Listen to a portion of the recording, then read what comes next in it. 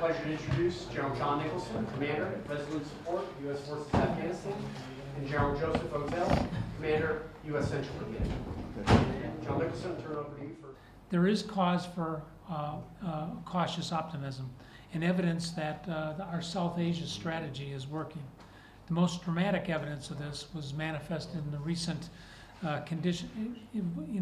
when our conditions-based approach allowed President Ghani and the Afghan National Defense and Security Forces to set the conditions for the first ever nationwide ceasefire.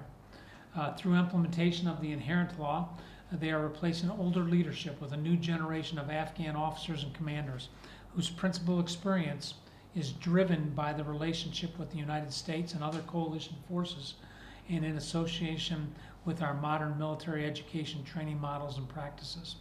Since the Afghans took the lead for their own security back in 2014, we've seen strong continued international support for the Resolute support mission. This year, 29 of 39 NATO allies and partners increased their military or financial commitment to the campaign. Significantly, we welcome our Gulf partners from the United Arab Emirates and Qatar to the Resolute support mission as well. It's very clear what the Afghan people want. I want to also highlight the important role that peace activists, civil society, and women peace activists have played in the desire for peace. So there is an unquestioned demand by the Afghan people for peace. And of course, the United States and the entire NATO-led coalition support this and are ready to help move it forward. What's encouraging is to see the enthusiasm and commitment of the many young Afghans in the commandos and the Air Force and the regular Afghan security forces to improve their performance and to do better.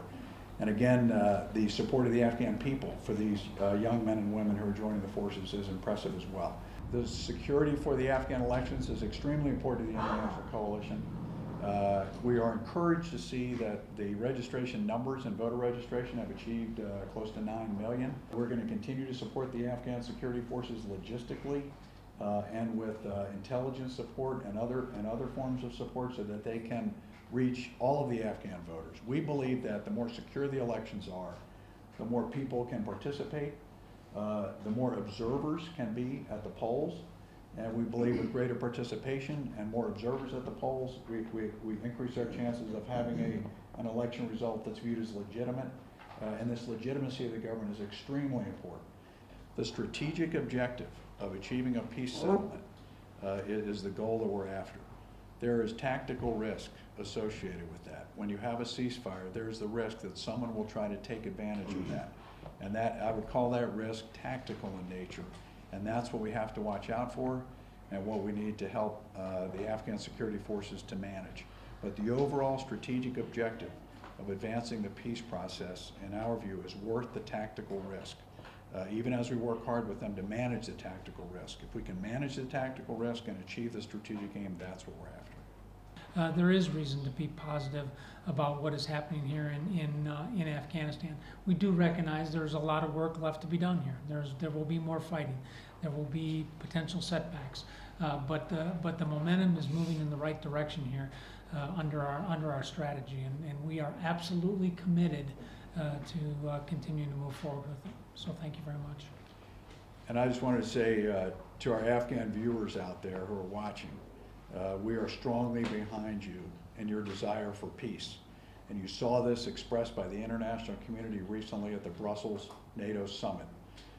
39 nations, now 41, are in the coalition in support of the Afghan people with the goal of achieving a peaceful settlement to this war that provides the stability and peace that you deserve and protects the security of the entire world. We are with you, and as all of our heads of state recently identified at the summit, we will stay with you. So we appreciate, with tremendous respect and gratitude, your hospitality for our forces operating in your country alongside your forces. And again, inshallah, we will achieve the peace that you so richly deserve. Thank you.